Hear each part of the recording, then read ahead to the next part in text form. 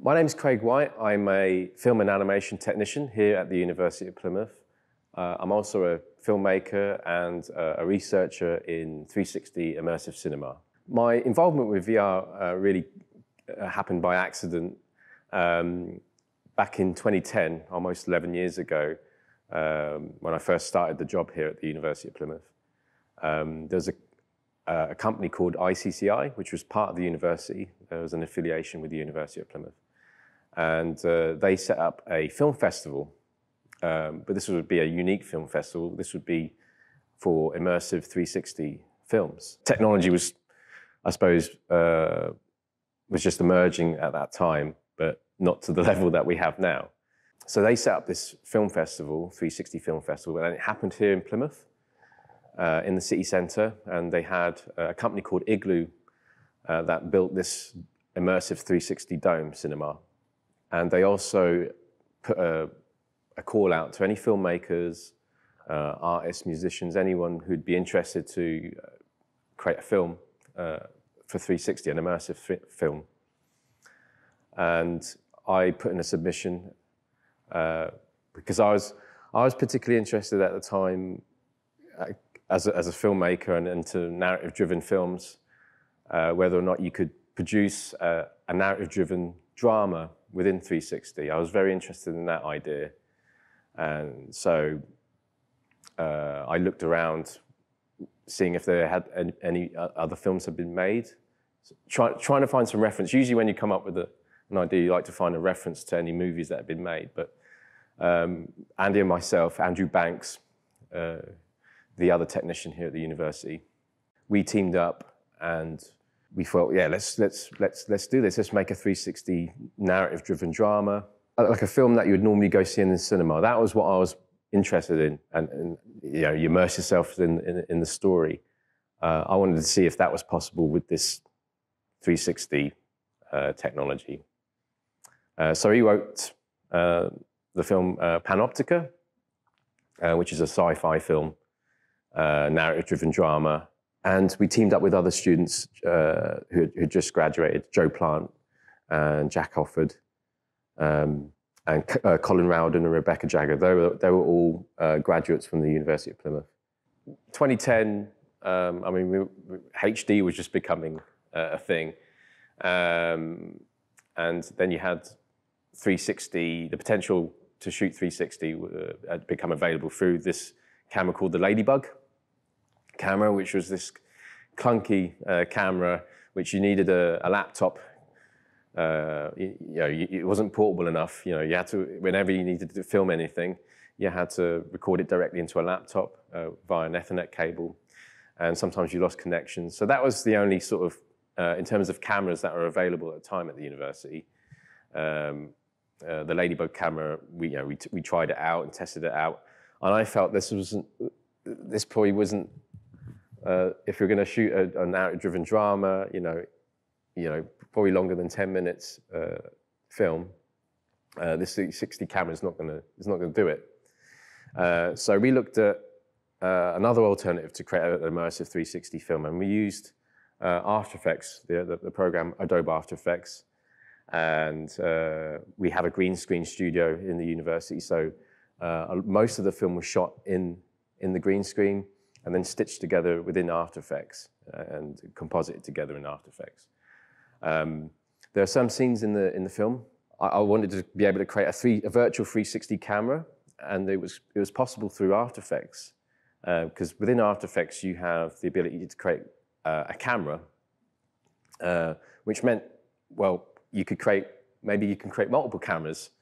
So that's what we did. For some scenes within the film, we created one camera, and what we did was that we turned it into a 360 camera, a virtual 360 camera. So what we did was we create one camera and then rotate it so the edge of it meets the edge of the first camera, and then we duplicate that again and rotate it around, and we would have about 5 cameras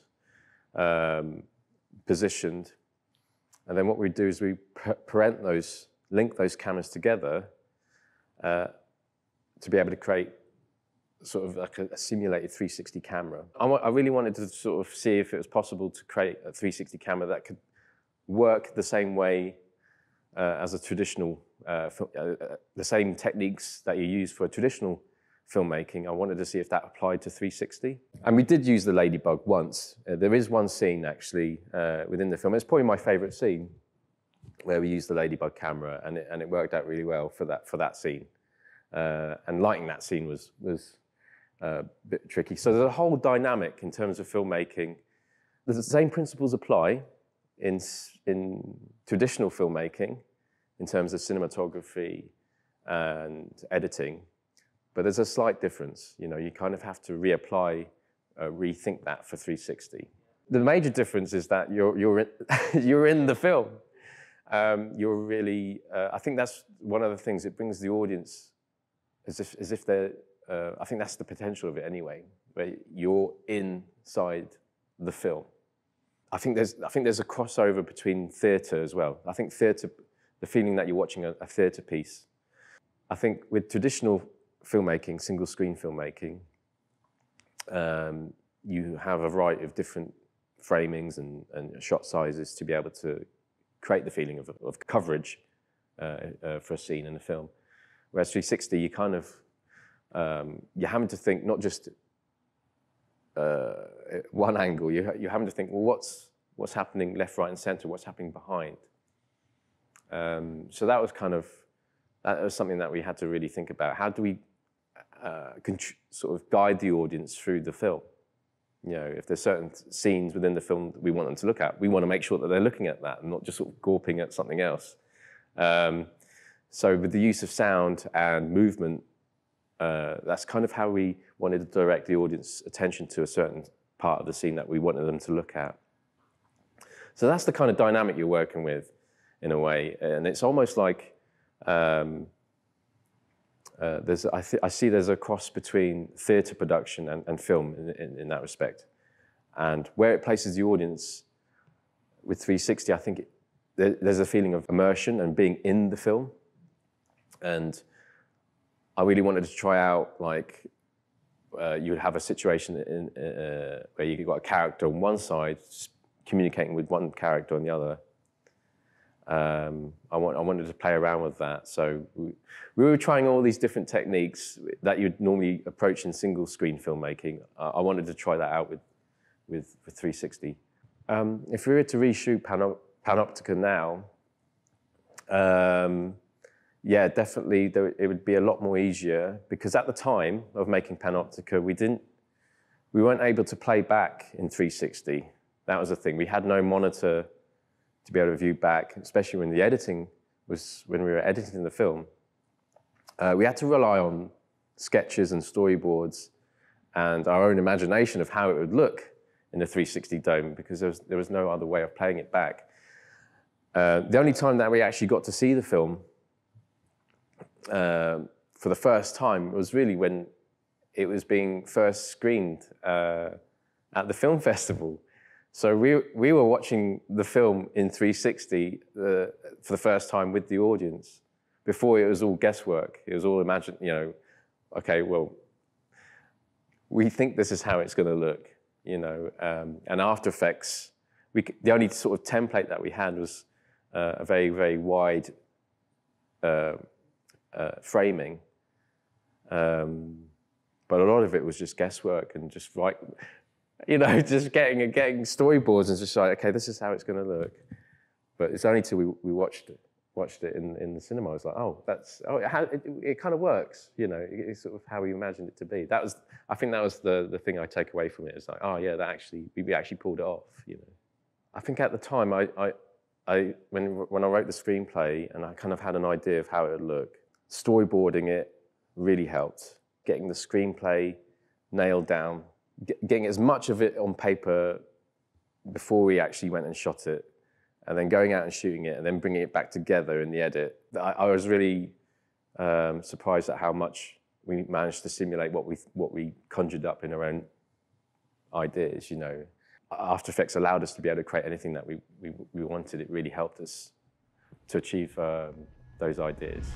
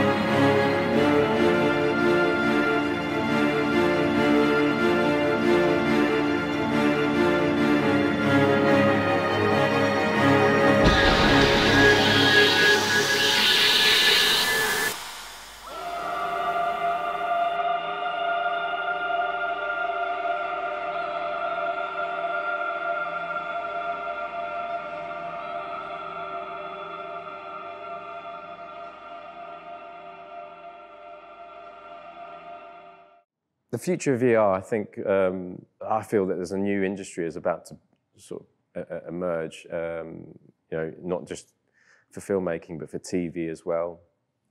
I think there's a whole new adventure and exploration with this technology, and it's already happening with the gaming world. And I think there are filmmakers sort of stepping out and making 360 films. And it'd be interesting to see how this evolves. It's almost like going back to when cinema first began. They were sort of trying it out and like filming trains coming down tracks, and the audience would be like, "Whoa!" As if it was, because back then they had no reference to films that had been made. For the first time, it was like, "Oh my God, the train's actually going to come through the wall." And you're getting that same kind of experience when you put a VR headset on. You really do feel like you're there.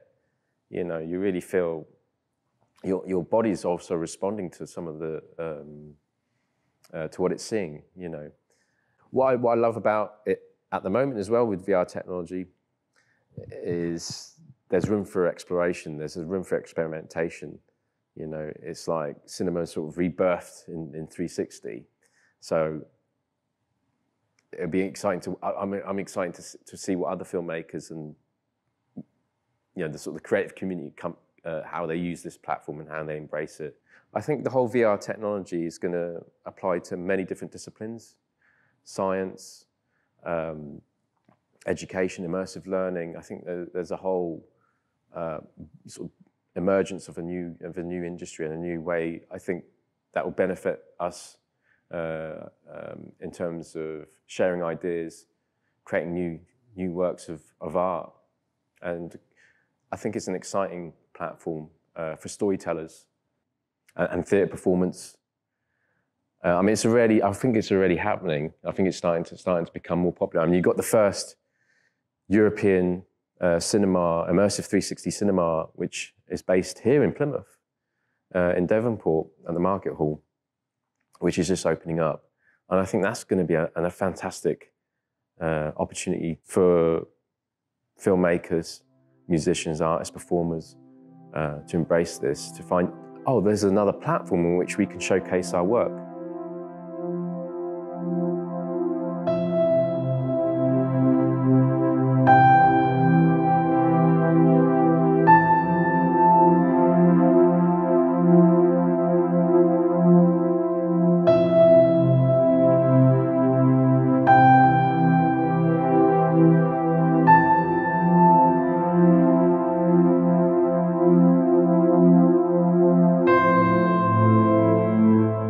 I think it's a new adventure and an exciting opportunity for filmmakers to experiment with this technology and pioneer new work and new ways of telling stories.